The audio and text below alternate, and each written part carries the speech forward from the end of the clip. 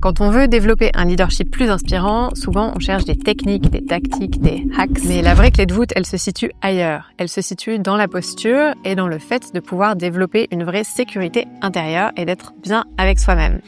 Pourquoi c'est si important ?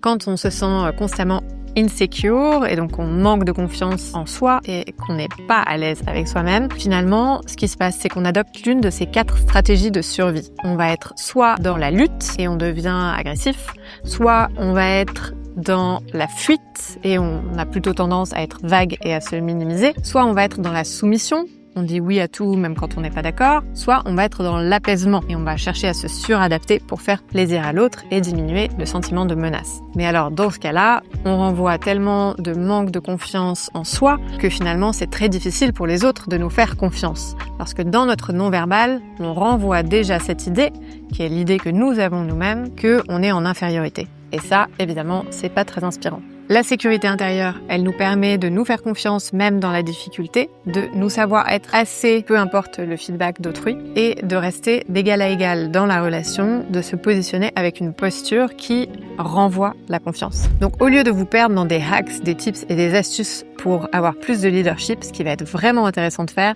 c'est d'aller travailler sur ce sentiment de sécurité intérieure pour vous sentir droit dans vos bottes et vraiment être un leader plus inspirant.